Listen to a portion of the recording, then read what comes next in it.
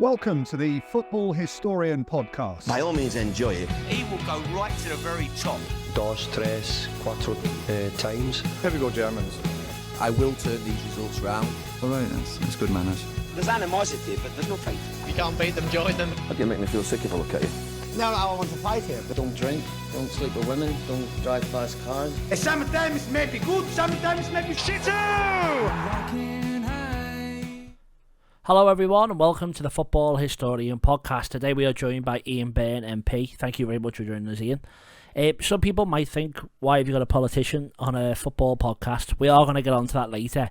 But the first thing I want to speak to you about is you grew up very close to where we record in Stockbridge Village.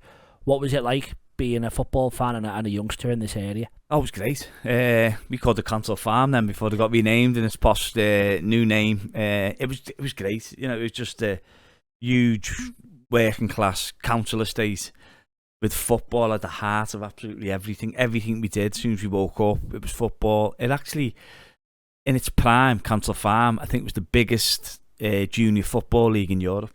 So it was massive. You know, it was every waking minute you were trying to get in teams and play football, and then we play every single night in the Black Angus pub now, which is gone.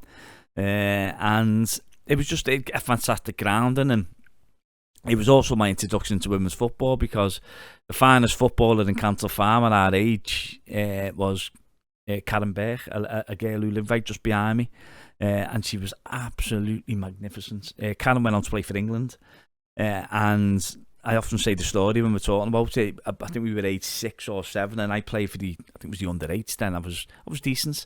My dad always thought I would have done far better than what I did. You know, the highlight of my career was the Elm House, I think. But anyway, Karen, I always never forget it, standing on the touchline, same age as us, best player in the biggest league in Europe, and she couldn't play football because of the rules were then. Obviously, there was no mixed football. So Karen had to watch, and I remember her just standing there looking so forlorn, and we were all playing, and she knew she was better than all of us. But football was the absolutely epicentre of it, of our life, and my dad was a massive Copite. So it was Liverpool and amateur football from year dot. Yeah, so I've got you lived quite a relatively normal life before you got into politics. I think you were a taxi driver and had some other roles as well. But what was life like for Ian Byrne before he got in the political field? Yeah, it was just probably a normal life. You know, I left school at 16, got an apprenticeship, worked the metal box in Speke, which was fantastic because they had their own football pitch, and they used to let you get off on a Wednesday and play football against their factories. So I was a printer till I was 40. Then we were locked out of our factory by a rogue employer. We went on strike for 6 months.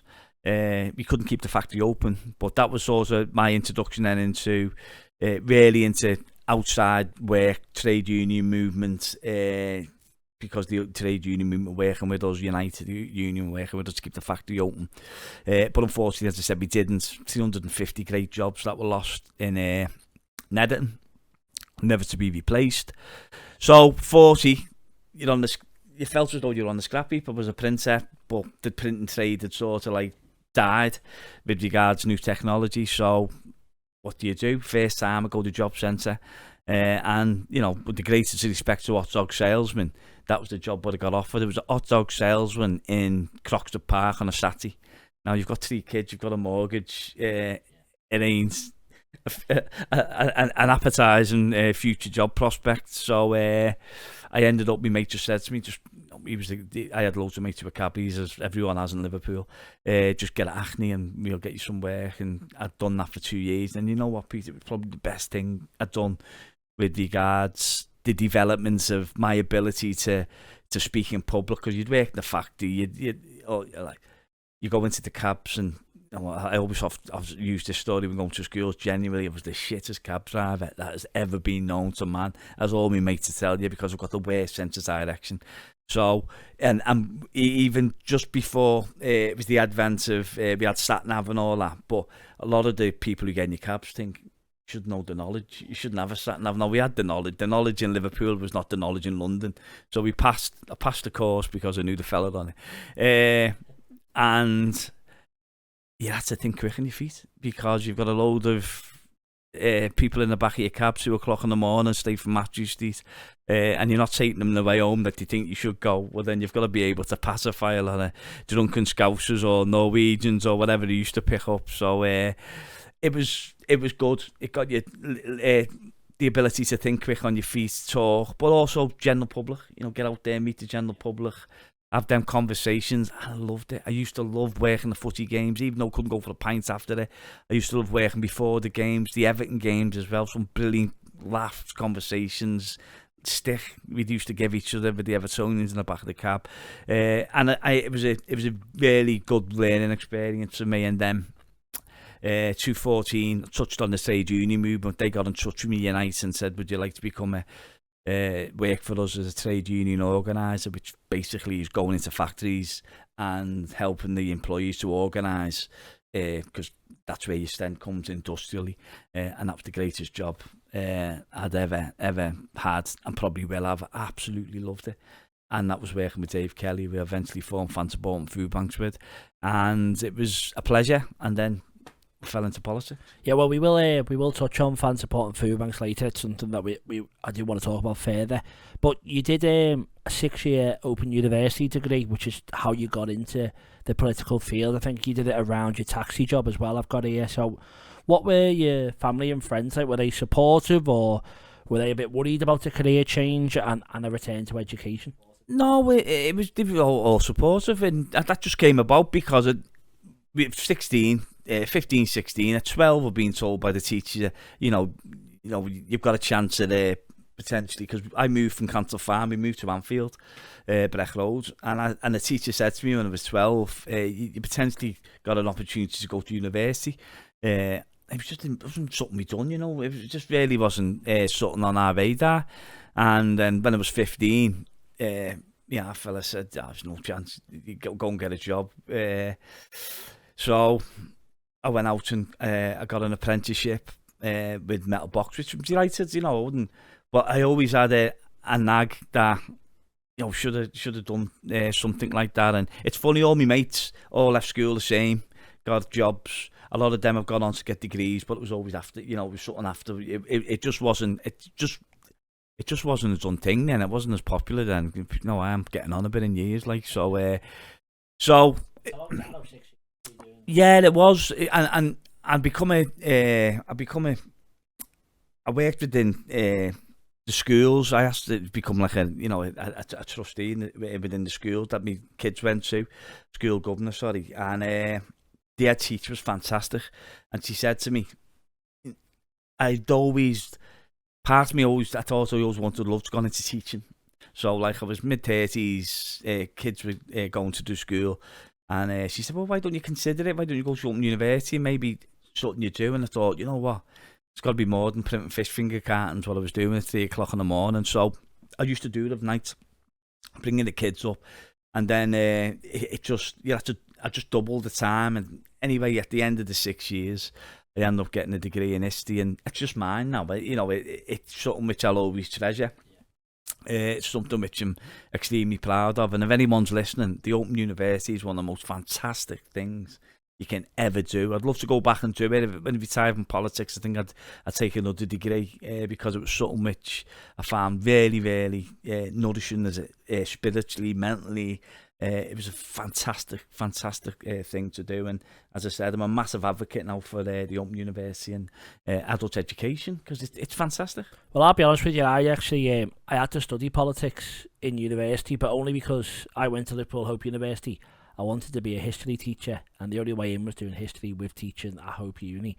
I dropped the teaching after a week, so maybe it wasn't the best decision I've ever had, but you had to do politics with history for that first year, and if I'm completely honest with you, I hated it. All I really know is that if you're from Liverpool, you vote Labour, and in the politics stuff that we did, the only thing that me and my mate Tom actually enjoyed was looking at the football and the sports side of politics. So I just wondering, really, as someone who maybe doesn't understand, appreciate, or whatever about politics, in layman's terms, could you just describe to me and maybe to everyone else watching, what is politics? Why should people like me care more about it, and why is it so important? Oh God, it's a good question, actually. Yeah, really good question. No, I think for me, politics is community. Politics starts in the ability to change people's lives. be that in a scale within your local community, if you're protesting against something being built, or you want to try and enhance your local area with like a park, and you go and petition the council. Politics for me is rooted starts in communities. That's how I've always seen it. That's how I operate, and that's how my office operates. So it was never like a pathway I chose, never wanted to be. But if we're looking at it in the round, local politics is obviously in the UK. You've got, certainly in Liverpool, you've got your local councillors who then represent you within the city. Obviously, my job's nationally, so I've got 55,000 constituents who I represent, every single one of them, regardless of what political persuasion they are. That's my job. I mean, today we've been at the opening of community consultation around Zoe's place. We were opening a new place in West Derby, and we had two fantastic friends, 51 years friendship. One was a big Labour supporter, one was a big Conservative supporter. Both my constituents, they've got their issues. So my job is to represent that, along with the hundreds of MPs who are split across the country. So the whole country's divided, obviously, into subsections called constituencies, and then you'll elect someone who then sent to the Houses of Parliament to hopefully give you a voice wherever you're from in that community and represent the interests of where you're from, which obviously I'm in this city, so football is a big player in them interests, both blue and red. Well, I've actually done a few talks myself in schools, and that my partner's a teacher, my sister's a teacher, and I've been lucky enough to speak to primary school kids about writing. I've written 3 books, and I always try and say to kids, it sounds like I'm tooting my own horn a bit here, but if you think of someone who's written 3 books, I don't think they look like me, I don't think they sound like me. So I just wanted to ask you, really, is that something that you try and put across in your politics? Because I think maybe, and I think a lot of other people, if you think of a politician, it's a posh old bloke, and I'm not going to say you're posh, maybe the other two, but you're someone who has a strong accent and represents people from where I'm from, and obviously people from all different accents across the country will also look up to people in their local area. So how important is it to you to try and represent people and encourage people from this area which you grew up in to get into politics and to do it themselves? Massively important to me, absolutely massively important to me, is that you've got somebody who come from Council Farm, grew up in the council estate, obviously went through life without any inclination to get into politics, but always been unbelievably political. Grew up through the militant era, seen what Thatcher did to our city, and then obviously Hillsborough politicises you. You see what happens, after Hillsborough, the state did what it did. We might touch on that. So always political, because to be fair, a lot of people are usually political in the city, aren't they, who aren't involved in politics. Liverpool is a very political city. So yeah, I think for me, going into the schools from this area, where I represent West Derby, the kids see me, they hear me, and it's usually important to me that they can aspire to be exactly what you said. Absolutely, should be extremely proud. An author at your age, come up from the area. It's a big thing, and the more role models we get who do jobs which other people may feel as though they shouldn't be in. When I in 2019, when I was standing in West Derby, there was lots of people who thought there's no way anybody with an accent like him should be representing us in Parliament. Now I think, and I've been told by other people who more of our mindset, that it is very important to wear accents in Parliament. If you've got 600 drones who are all from university educated, no background, no understanding of life, there's nothing better than getting up and listening to Ian Lavery. You can't understand the word he says, but my God, he is what he is. He's an ex-miner, from the coal fields in the northeast. He's lived them experiences, and unfortunately in politics that's dying out. And I think it's a massive error on politics. It leaves a deficit. People need to be able to go wherever you're from, see some sort of political representation, because otherwise a void. And you said politics is boring. It's no. This is absolutely if you look at elements of it, it will be boring, but, boil politics down to what it is. This week, we were talking about, the football governance, the football regulator. I'm sure you'd be usually interested in the elements of that. We were debating hospice funding, so I'm in Zoe's place today. If they don't get sustainable funding from hospices, we won't have children's hospices. Politics on a day-to-day basis affects every single person's life in so many ways, and it's so important that we go into schools and let them know this, because if they don't engage politically, decisions are made for them, at them, not with them. They haven't got any influence on them. It's massively important that you're invested politically, because if you don't, you'll just get people who you like posh upper middle class people like we've had in this country for too long, who make decisions which are absolutely catastrophic for us and certainly this city, and that's what we've seen over the decades. So for me, part of my job is to go in. Yeah, you can be an MP, yeah, you can get involved, but you must get involved, you must be invested, because you've got to be making decisions. And there's so many things coming down the line now, environment, there's so many things which are going to affect people's lives. So it's such an important time to be involved in politics. Well, that seems like a good place to leave it for part one. We're going to go to a quick advert break now, and we're going to come back and talk about more reasons why politics and football are so intertwined. But we'll see you after the break. Welcome back to the next section of the Football Historian podcast. Sorry, Pete, I'm really sorry to interrupt you, but where'd you get that shirt from? Oh, this Latium one was just from Classic Football Shirts. Where'd you get yours from? Thank you. Mine's from Classic Football Shirts as well. Wow. Well, when I bought my shirt, I used the code TFH10 to get 10% off all orders. Did you use the same? I did. I used a discount code. I think it was the same as yours. Oh, TFH10. Oh, that's great, because if you want to get 10% off all your orders, you can use TFH10 at classicfootballshirts.com. Unbelievable deal. Hello and welcome back to part 2 of the Football Historian podcast. We are still joined by Ian Byrne, MP. I want to talk now about Fans Supporting Foodbanks. So, I wrote a book about the players who played for both Liverpool and Everton, and the first thing I thought of was when we had the book launch was trying to find a charity or a cause that would bring both teams together, and that's actually quite difficult despite the fact we're in the same city. But with Fans Supporting Foodbanks, I was just wondering if you could explain to people what that is, how it came about, and basically just how hard it was to bring two football teams together through a common cause like Fans Supporting Foodbanks. Yeah, no, absolutely, yeah. Oh, it's one of our proudest achievements. It was done from outside politics. We were both working for United Union, me and Dave, and we were involved in fan activism as well. So we were involved in the 20s Plenty campaign. I was Spirit of Shankly, Dave was Blue Union, and we were going about and trying to encourage collaboration between football supporters to take on the vested interest of the Premier League, and that was hugely successful and still is now, because your £30 away tickets come from fan activism, because it come about obviously with the price of the tickets going into like £70-80. I think £70 the Arsenal tickets, which were the tipping point for us, the away tickets. So we'd work together on that, and then I ended up working for United, and me and Dave used to travel around, and then Fan Supporting Foodbanks came from we were meeting a community organiser in Anfield, just on Lower Breck Road, and we went to the centre, and it was a Wednesday afternoon, if I remember. There was a queue outside, and I knew a couple of people in the queue, so I'm sitting down with the lady in question we were meeting, and I just said, "It looks busy out there, the bingo," and she went, "Here's the bingo, the food bank."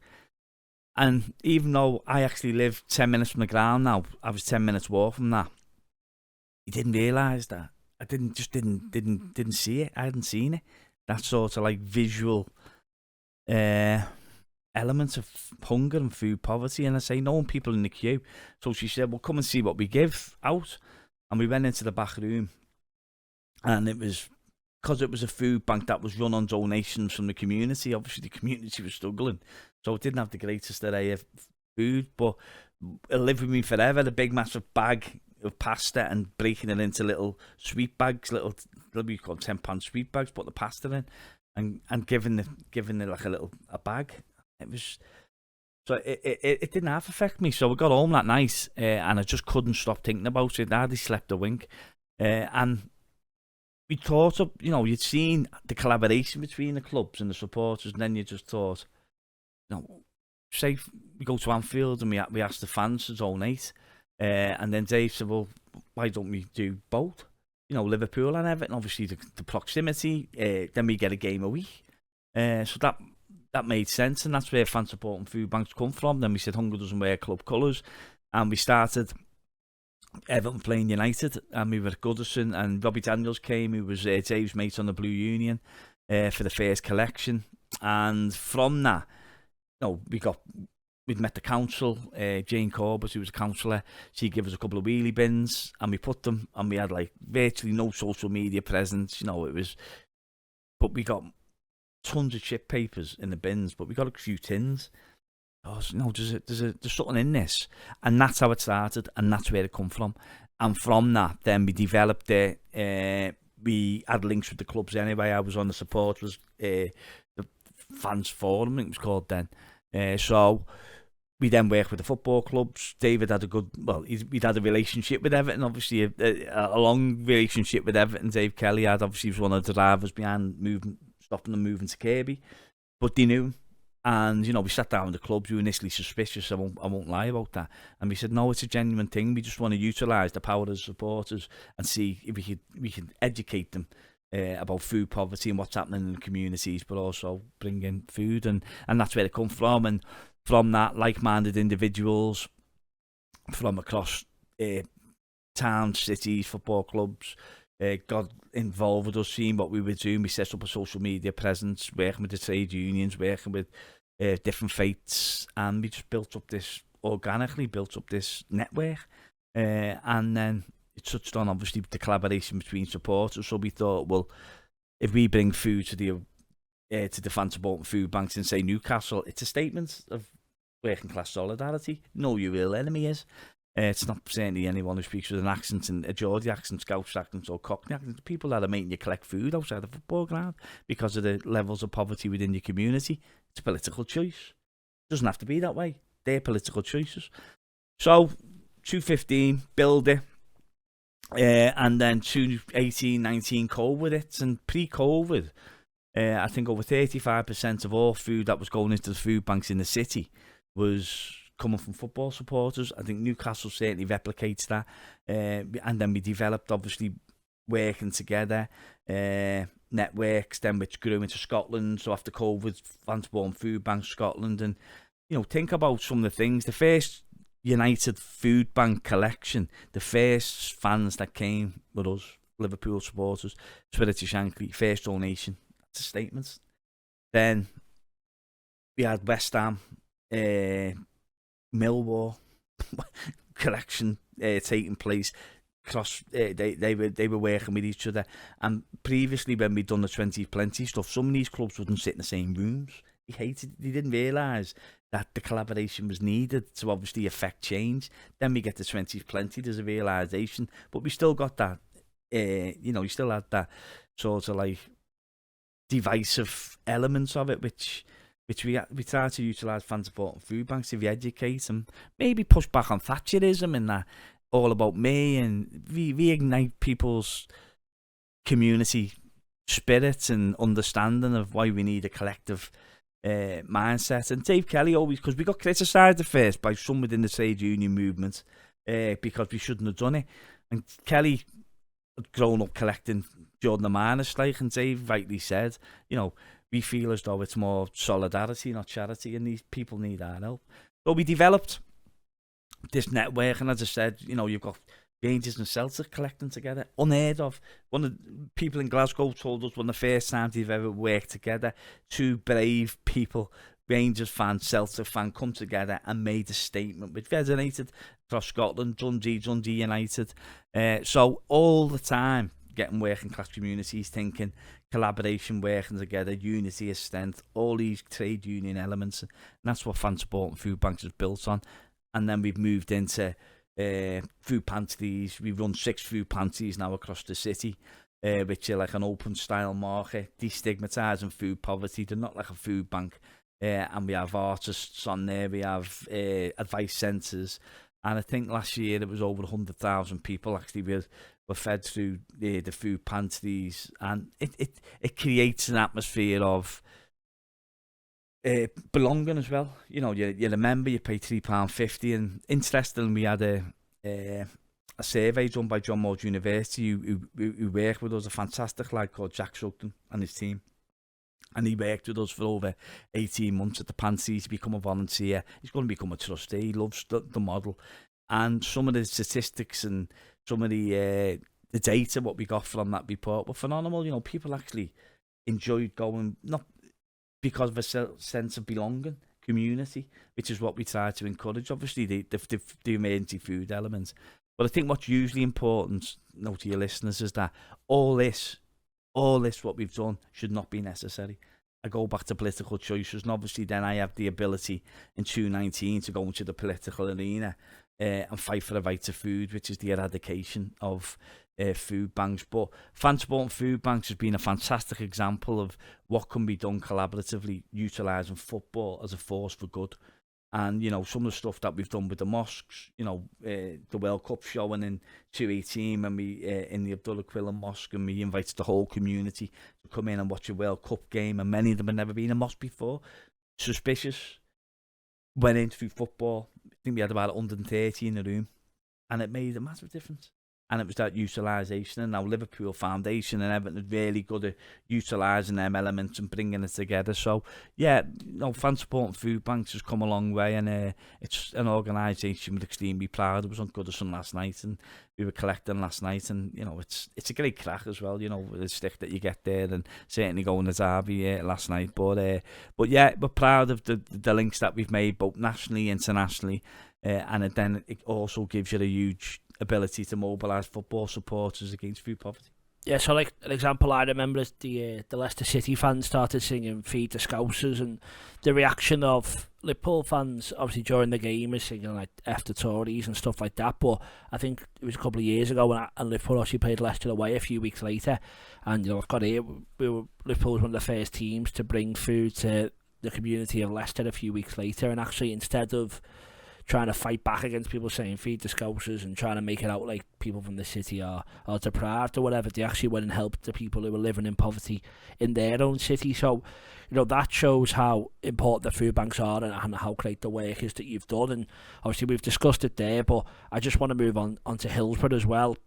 Before we get involved into what you're doing now with Hillsborough and how far it's come since then, what was your involvement in that day and in that match as a supporter? Yeah, I'm sure you've had 16-year-olds going the match. Obviously, been watching Liverpool for a long time, and, you know, getting the train down with me three mates. One was actually one of my first girlfriend, and she was with us. She was a season ticket holder before I met her, so we were all football nuts, and we went into I think it was Pen 3 before the game.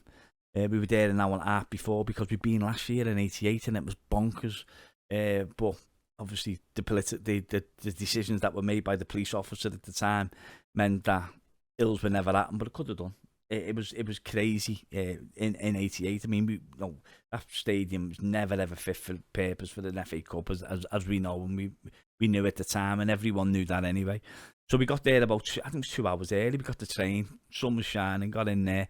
And just before he made the decision to open the gates, it was rammed, and Elaine said, I can't breathe, we need to get out. And it was the last thing you wanted to do, because we were right behind a goal, we'd been there before, and but obviously we said, well, should we left? So I said, okay, I'll have to go, and my two mates said, no, we're staying. I said, sound. I said, this is see you after the game. And then as I'm getting off, I never forget, my mate Macca just turned arms and he said, you know what, we come together, we go together. And if she wouldn't have been there, we were right behind the goal. So we just got out to the side, just as the decision was made to open the gate. So, I mean, you talk about luck, and it was only because Elaine was with us. And I think it was the first and last game that she'd come away with us. And then we seen it all unfold. You know, when I knew my dad was in there, my dad's mates, all your friends, everyone was behind the goal, because that's where we all went. That's where we stood in the cop, and that's where we went.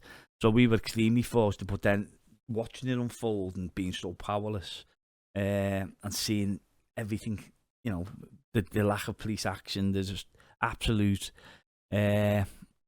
just decisions that were made on the day just made it so much worse and actually enacted it, which it could have been so different if a couple of decisions had been made like they should have done by the people in authority. So then that shapes you. You go home, got to say, my dad was in Aussie, seriously injured.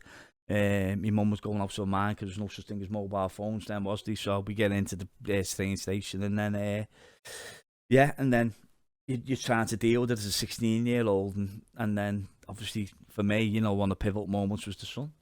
It was the headline, which it nearly sent me off my head, because then you start blaming yourself. Then it was our fault, even though you've seen it with your own eyes. The power of the media, then certainly the print media and that paper, and obviously the narrative which they got out from day one, changed everyone's perception of Hillsborough. If he'd have stood up and touch on the Hillsborough law, if he'd have stood up and told the truth, because he would have been obligated to, if Duckenfield would have said, I fucked up, it was my fault, on that night, well, imagine how different the story would have been. How many lives, mums, dads, sisters, brothers fighting for justice would have been different, because they would have had it, and we would have had that. So that's why obviously I'm so passionate in this role, both as from a Hillsborough perspective and the Real Tuesday Legacy Project. But just to finish, that then shapes your life completely. It shapes your life. From the police coming into my house to interview me, I was 16, and the first thing the police officer said from West Midlands Police was, how much did you have to drink on the day? So, excuse me language, I said, get out the house. The fuck. It was one question he asked, and I told him to get out, because you knew the stitch up what they were trying to do. My dad come down the stairs and he volleyed them out as well. He said, get out. He said, don't ever come back. So, that's sort of like that politicising, because you're just seeing the injustice, and that seared on your soul. It never leaves you. So we obviously spoken about how you remember the game as a supporter, but now you have a platform for making real change as a politician. I know from my partner's involvement in the Real Truth Legacy Project and the stuff that she's helped do with schools and stuff like that, but can you just explain to people watching, what is the Hillsborough Law, what is the Real Truth Legacy Project, like, what are the differences, and why are we still talking about Hillsborough today? Yeah, absolutely. Yeah. So for us now, obviously, through the whole process of Hillsborough, and we got the truth, but we never got justice. And the two great legacies from Hillsborough, we feel as though we remain in the legal elements to the Hillsborough Law, and the education elements, and educating people what actually happened, because it was a national disaster. There were so many lessons to be learned from that whole process, which the country really haven't done. And that's why the tragedy chanting elements was so like galling, is because obviously people do know the truth now, but someone won't acknowledge it. And then 35 years ago this year, so why should kids know about Hillsborough? So I think it was really important to me to utilise this position as an MP, to try and emphasise, build on, and create something which helps to them two processes which we talked about, the education and the legal. So touch on the Hillsborough Law first. Obviously, Andy Burnham, Stevie Rotherham, Maria Eagle, other MPs, lots of MPs were involved in fighting for truth and justice. But in 2017, Andy Burnham got a piece of legislation based on Bishop James Jones's report, the patronising disposition of power, which Theresa May, the then Prime Minister, had asked them to create. So he reports back with this, lessons from Hillsborough. Andy then does a law around called the Hillsborough Law, which is basically trying to rebalance the scales of justice, so nobody would have to face what the Hillsborough families and survivors faced again. And then we see the whole litany, don't we, of state cover-ups, from contaminated blood scandal, which is obviously in the news now. We was in Parliament debating it on Tuesday. The post office scandal, these are all playbook Hillsborough cover-ups, Hillsborough style cover-ups. So 2017, Andy puts that through with Steve. Unfortunately, we get a general election, so that falls. Andy and Steve then go out of Parliament. Then in 2019, to become Metro Mayors, and Mayors Liverpool and Manchester. I come in 2019 into Parliament, and then in 2021, Steve and Andy got in touch with me and said, would you consider, obviously, trying to get the Hillsborough through again? Because you're in Parliament now. So I said, I'll be one of the greatest honours of my life, because obviously a key part for me of surviving Hillsborough, of that luck, is where I am now. I've got that opportunity. So very proudly I took on the Hillsborough campaign group in Parliament. We set up an all-parliamentary group called Public Accountability, which is about getting Hillsborough onto the statute book. And we've had great success working with fantastic groups who've suffered injustice, and parents and people. It's been really, really educating for me, and been really, really upsetting, to be honest, seeing how ruthless the state can be in doing what it's done, even though we've lived through it to Hillsborough, just never ending. And no, I'm delighted to say that we've got a full commitment from the Labour Party, who, if the polls are to be are correct, that'll be the next, Labour will be the next government. Full commitment from Keir Starmer, the leader of the Labour Party, who said on a number of occasions, said it again last week, that the Hillsborough law will be implemented in entirety. And the two key elements for people who don't know much about it are public advocate elements of it. So we'll have like a Hillsborough independent panel set up for any sort of disaster, which Maria Eagle's been pushing, and that's a part of the Hillsborough law. The ability for parity of arms. So from a Hillsborough perspective, I always liken it to, we were going in fighting a legal system. It's like going in to fight Tyson Fury with your hands tied behind your back and blindfolded. That was the unevenness of the justice. So, parity of arms. So any sort of disaster, the state, whoever's taking the state on, has the same ability to do legal aid, to have the same level of expertise. Because Hillsborough families had to crowdfund for one barrister against the whole phalanx of the army, and also, hugely importantly, any public official who gets on a stand in an inquest or any sort of investigation has to tell the truth, because they don't at the moment, as it stands now. So your police officers, like they did during Hillsborough, go on during the inquests, during everything that we tried to do with regards hearings to pull together the truth, and lied, and there was no sanctions to be faced. So just imagine what that would do to transform the fairness and equality in this country if that law was implemented, and how would that be balanced the scales of justice, so anybody, regardless of their income, could then become could get justice. And that's really important to me, obviously from my Hillsborough perspective. And the Real Truth Legacy Project is something that we started in 2021, and it was basically building on what we've seen education-wise across. Teachers were doing it in all different ways, and we just thought if we could bring something together but get it on the national curriculum, because that's the key part of Real Truth Legacy Project, is to put Hillsborough on the national curriculum. And then we constructed with fantastic educators like your partner, put all the lessons together. Professor Phil Scraton and his partner Debbie proof checked it, and we worked with families and survivors. We had a group which you miss is part of, and just pulling it all together, working for 18 months, creating something with Liverpool City Council, that then become the Real Truth Legacy Project, which was basically an assembly and a toolkit for teachers to teach on Hillsborough.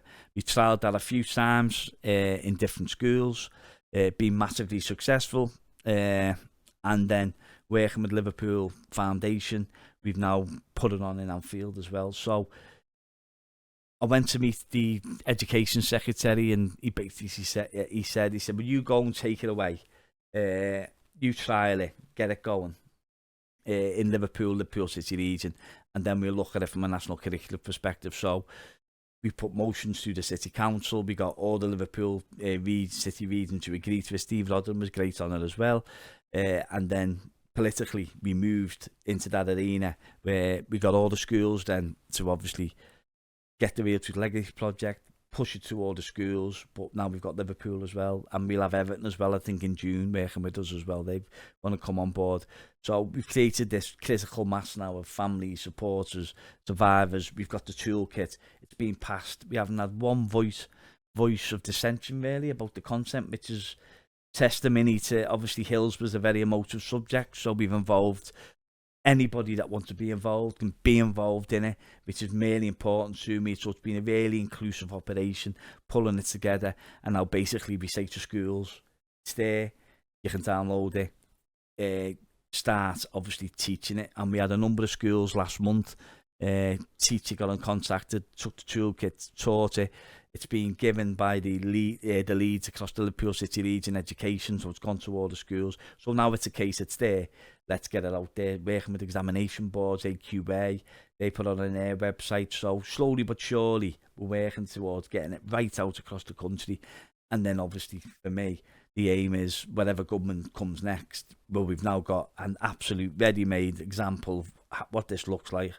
And for me, it's now a case of obviously getting that into legislation and getting it into the national curriculum, and that's key part. So the two parts what I touched on, education, rebalancing the scales of justice, we're playing a part and hopefully getting there.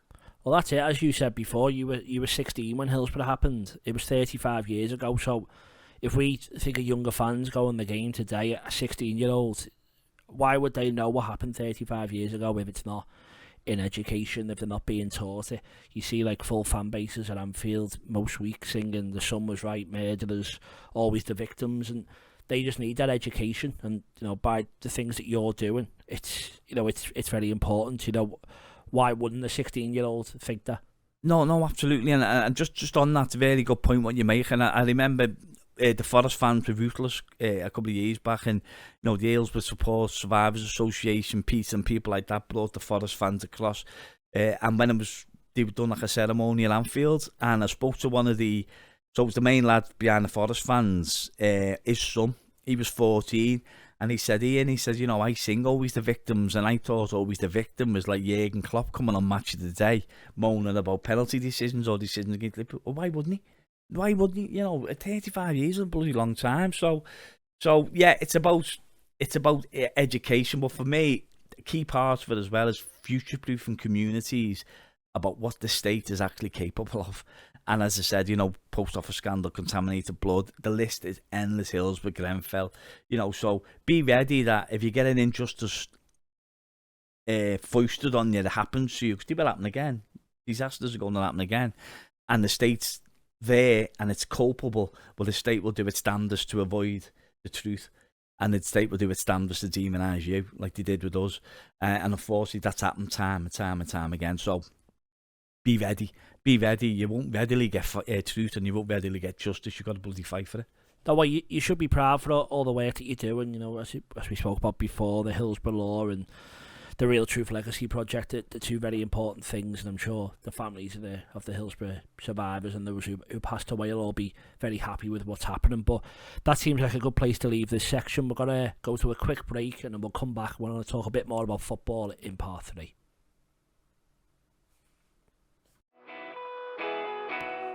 Are you looking for a Kazakhstani football team to support? Then I think FC Kemay is the team you should support. Do you agree? Growing up as a child, I always had FC Kemay posters on my bedroom wall. Well, and all the children of the Kazakhstani future will have FC Kemay posters on their wall, because FC Kemay is the team to support, and because of that, Tom has made us a chant that we're all going to follow. So, up the Kemay, up the Kemay, up the Kemay. Make sure you follow them on all the social medias. All the posts and all the things you should follow will appear below us right here. And you should be a supporter of FC Kemay. Live, laugh, Kemay. Welcome back to the Football Historian Podcast. We're still joined by Ian Byrne, and we're now going to talk about, ironically, football history. So I'd just like to know, really, what was your first match that you went to? Oh, God, I don't know. That's a very good question. I remember going with our fella when I was about 7, 6 or was it? And it was in Annie Road then, when it was obviously terraced. And I remember him sticking me on the bar and just seeing a green pitch of Anfield. And it was a white kit. And I've said to him, who was it? And he thinks it was Leeds. Well, he's not 100% certain. And I was just like, I was just in awe of like the red and the white kits and the Kop and the stadium, the lights. It was a night game, and for then it was just like absolutely in love. So that would have been, I think it was 77. So it was 5, and then my first game, what I can remember vividly, away from Anfield was Wembley. I think it's 79. We beat Arsenal in the FA Cup, and that was a baptism of fire because that was with the Ty Barn pub from Cantle Farm, my dad's footy team, in an Art Stanley van. So it was like 6, 7 years of age with all these horrible fellas in the back all drinking brown miles in the Stanley van. So, but no, it was one of my great memories going to Arsenal. So, so it was. I was 5. Yeah, I think it was just after 5 years of age, and he thinks it was Leeds. So did you used to go to match often then? So we were lucky really because Canny Farm to Anfield seemed like half a world away. So we didn't really, it was only when he'd take us then, but then we moved down to Anfield, Breck Road, Everton Road, when I was 9, and that then changed everything because you could go then. So we were walking, you get in last 15. So we go down Anfield when we were 9, and we'd all wait outside. Soon as 75 minutes was on, you'd all pile into the Kop with all your mates and Costnot, obviously. So then you started like becoming like a regular match goer for the last 15 minutes, and then I went to get like 10, 9, 10, 10, 11. Yeah, fella then I give you a few bob, and you go and queue up to get into the you got the Kop then, and that obviously standing with your mates. We used to stand at the back to begin with. So we got a bit braver to go into the middle, and then it just became the focal point of your life because every single mate went. But 99% either Liverpool or Everton. So you could just afford it then, couldn't you? You could just walk up and go. So it then become a huge part of obviously your week because it was all about looking forward to the match then on a Saturday. So next question is, what is the greatest game you've ever seen? Istanbul. Yeah, I know people but just Istanbul, yeah, because it was always my ambition, like every Liverpool, like every football fan, to go to European Cup final. You were brought up on the history, and I didn't have the chance to go. Even I never went to ISIL. My dad went, I didn't go. So to get that chance with that team was just absolutely magnificent, and the day that never leave me. Okay, well, so you started going the match in the 70s. Obviously, your favourite game there is Istanbul. We've seen how great the Liverpool team has been in recent years as well. But what I want to ask you is, what is the best era in Liverpool history, in your opinion? Oh, no, it's really good, yeah, because obviously we went right through, the 80s bands coming, and, I love the 80s anyway, the 80s team, the success. We were like 10, 11, 12, you're travelling, you're watching Liverpool, the 86 team, and then obviously Dalglish rebuilds, Barnes, Paisley era, Steve McMahon was at one of your book launches, I love that era. And then obviously we go into a bit of decline, but we should enjoy watching Evans' team, some good teams there. But Ulier's era was fantastic as well, bringing back that sustained success and having the treble. Proper, it was a great achievement. Yeah, it was a great achievement. Going to all of them, going to a lot of European Cup games, 2001, going to Rome, seeing us beating Rome. But obviously we're in the Klopp era now, so many brilliant moments, going to see Bayern Munich away, and I love the Rafa era. I love Benitez, yeah. I love, some of the great times we had there. Obviously we touched on Istanbul, but Rafa nearly built one of the great teams, and just seeing Gerrard and Torres and and in between Alonso and just that team and Carragher, and I think that for me, the Ulier era was magnificent. I loved it, but I've just got a real soft spot for Rafa's time, tenure, not just Istanbul, but obviously going back to Athens, and we should have won that final. That was potentially was on Benitez, but that was a great era. And then we had a great fight back from the fans against Dix and Gillette. So that was a very vested era, wasn't it? And yeah, so yeah. But okay, great. I'm going to give you a bit of a mean one now, and I apologise, but who are the greatest 5 players in Liverpool's history? Oh, God. That's your historian head on now, isn't it? Yeah, they have, yeah. That's a really good one, that. I'm going to put I'm going to put Dalglish. Just in the 5. Barnes, Stevie Gerrard, Suarez, and Mo Salah. If we go in order, oh God. If we go in order, I'm going to say Dalglish.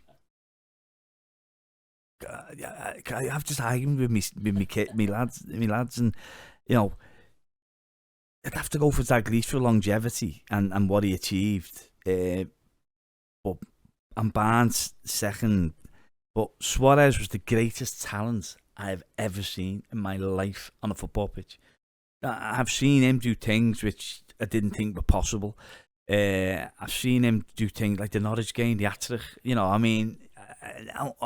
I've seen Barnes do things like that. But Suarez was just, he had something magical and mysterious, didn't he? Because he was just like, but I'm going to go for Dalglish, I'm going to go for Barnes, I'm going to go for Stevie Gerrard, I go for Mo Salah, and then I put Suarez in 5th, because he didn't win. He wasn't out there that long, didn't win. But if we're talking talent, and why I say that, and I back this up, my granddad, who was, I think he was in his 90s when he died, he went from year dot, and he was avid, a bit like you, historian. We could reel off. He said he was the greatest ever player, Suarez, talent he'd ever seen. And he reeled. He's seen little. He's seen everyone right through. And he said Suarez was the greatest natural talent. And I think that's an argument which will rage for a long time. Well, that's the thing, isn't it? With Luis Suarez, you can't question that he was arguably as talented as any player Liverpool have ever had. And also when you look at what he did at Barcelona, shining nearly as brightly as Lionel Messi, his talent really, really is amazing. But if we can go off topic of Liverpool a little bit, and if I ask for the 5 best non-Liverpool players that you have ever seen. Yeah, that's a good one, isn't it? That's a good one. No, what I have, tell you what, we do it live, so it's got, because otherwise you can just talk about, Pele and Maradona. Never seen Maradona. If we see live, say Messi, seen Messi a few times. Ronaldinho, amazing, wasn't he? Amazing footballer. And then if we look at home, I love Bergkamp. I used to love watching Dennis Bergkamp. Thierry Henry was outstanding, but then I'm going to have to tip a nod to United as well. You're going to have to, and I loved, I love Keane, you love Scholes. I thought they were the heartbeat of that team. I used to love watching Jaap Stam as well. So I think there's been some magnificent players what I've seen, I've been lucky enough to see, but I'll never leave you with Messi. And I'll tell you a story. He scored that free kick at Barcelona when he tonked us in 2019. We were right behind that, and it was one of the, as soon as he stood up, he bent it, and it's one of the greatest free kicks I've ever seen. It was absolute genius, and we played well that day. We didn't deserve that.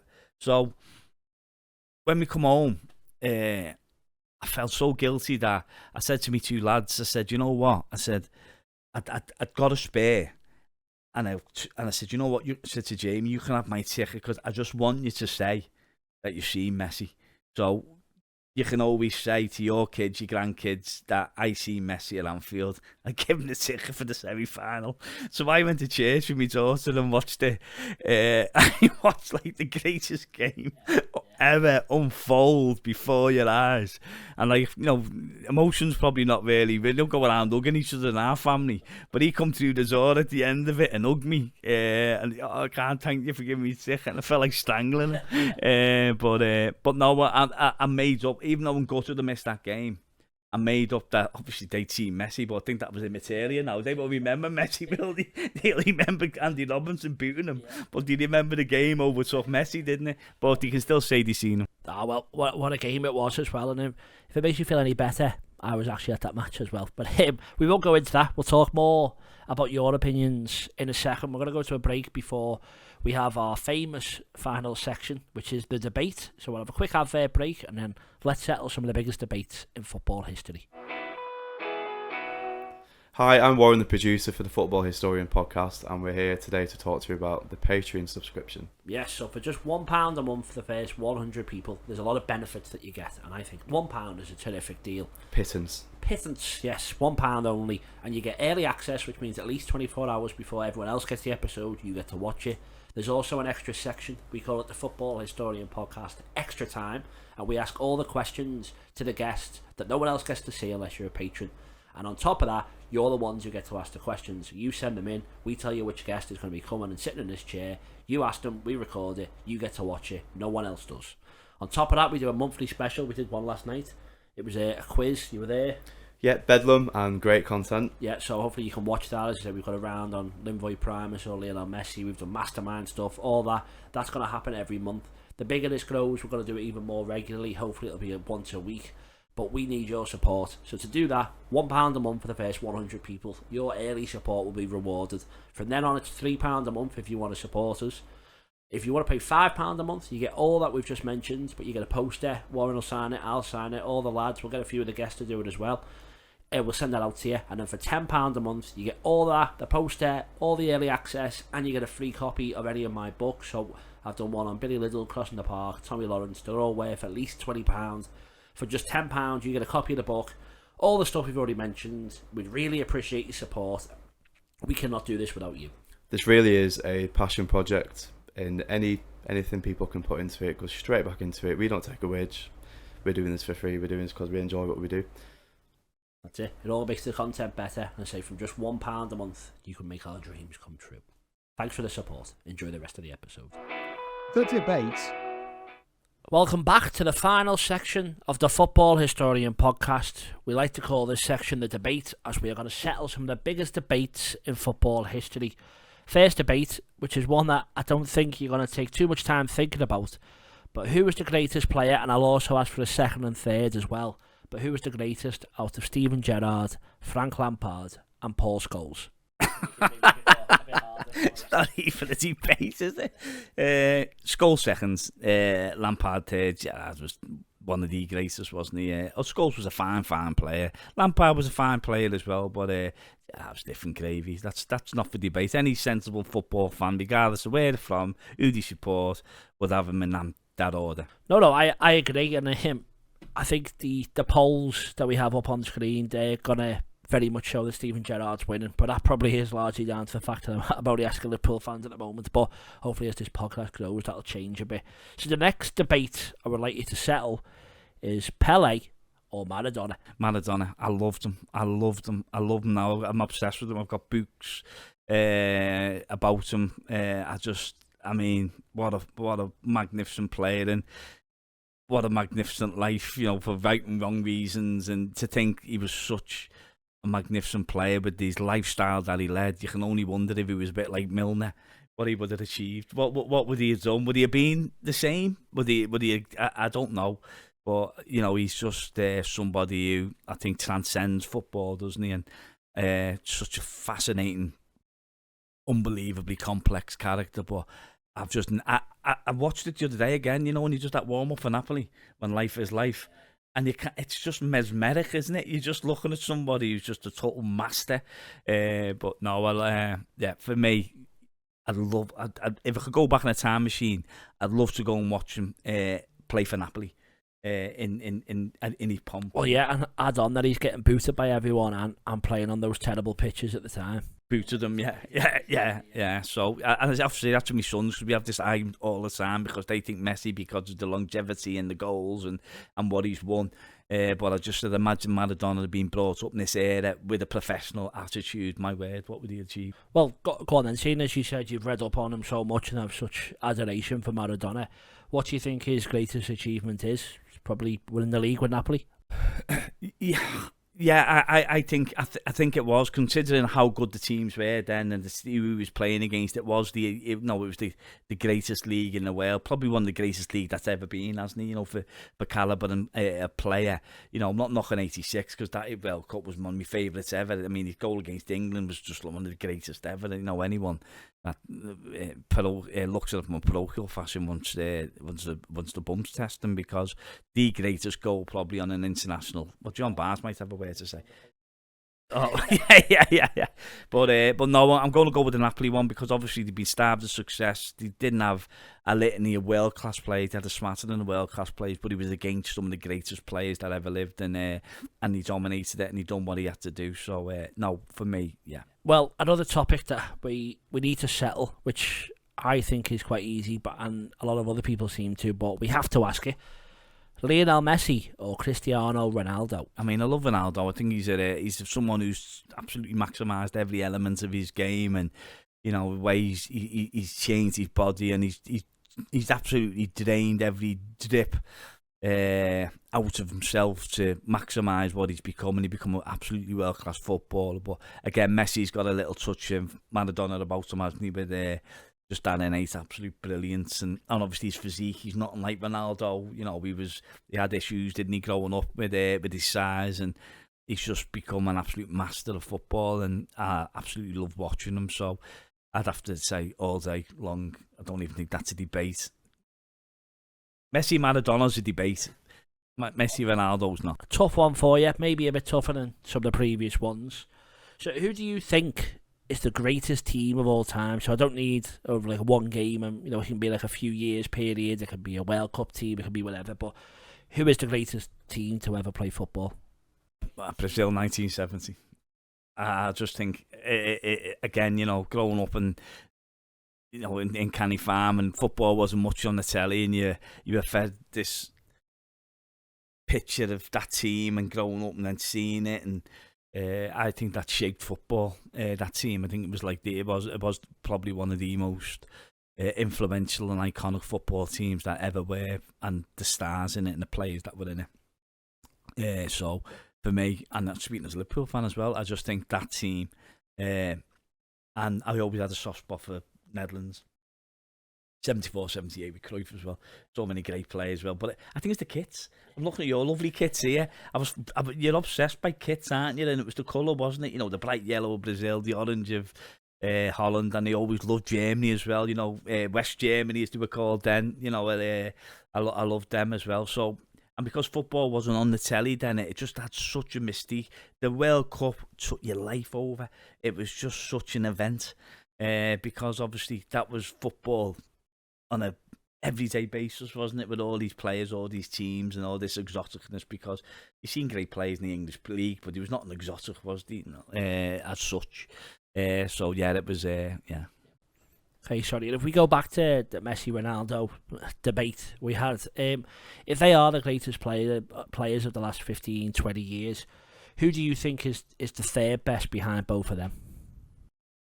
Oh, it's a good one. I'd probably say, oh God, I probably would say Ronaldo, Brazilian Ronaldo, R9, as he's known. Someone says Fat Ronaldo. Ronaldo, in his pomp, before he had the injuries, was a force of nature. Someone who, you know, I used to love watching. But again, you look at Zidane as well, don't you? I love watching Zidane. So graceful, such a player. But I think I'd have to say, and again, a good debate there is Ronaldinho, Ronaldo, because I remember watching Ronaldinho when he destroyed Chelsea for Barcelona. My God, what a footballer. So, yeah, I'm going to go for R9. Well, I've got another one that was actually sent in here to us, which I think is a bit more of an interesting one. Who was the greatest goalkeeper out of Buffon, Casillas and Neuer? Oh, it's good. It's a good one, isn't it? Yeah, it's a good question. I'll go for, I think Buffon. I love Buffon. Great goalkeeper. Neuer, game-changing goalkeeper, and Casillas third. Well, that officially ends the debate and the podcast. But before we say goodbye to you, Ian, and thank you very much again for coming, you've spoke about some very important things, and obviously you're a politician. How can people who are watching, how can they get in touch? How can they follow what you're doing? And what's the best ways to reach you?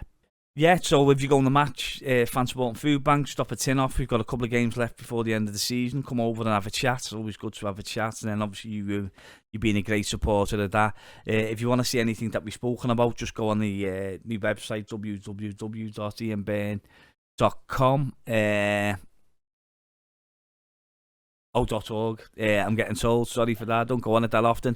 And also you see you can download the Real Truth Legacy project, which I must say I'd like to thank Annie on record for the work that she's done, your partner, on that. And that's there, downloadable. So we've got any teachers listening who think, you know what, I'd like to know a bit more about that, go on it. And support that. But anything you can do to support the projects that we run, from the Real Truth Legacy project to the Right to Food to the Hillsborough Law, greatly received. No, it's been a pleasure. Thanks very much. Yeah, don't worry. We'll put all the links on the screen of how everyone can get in touch and can follow what you're doing. But I say, yeah, thanks again for joining us. Thank you for watching the Football Historian podcast, and we'll see you on the next episode.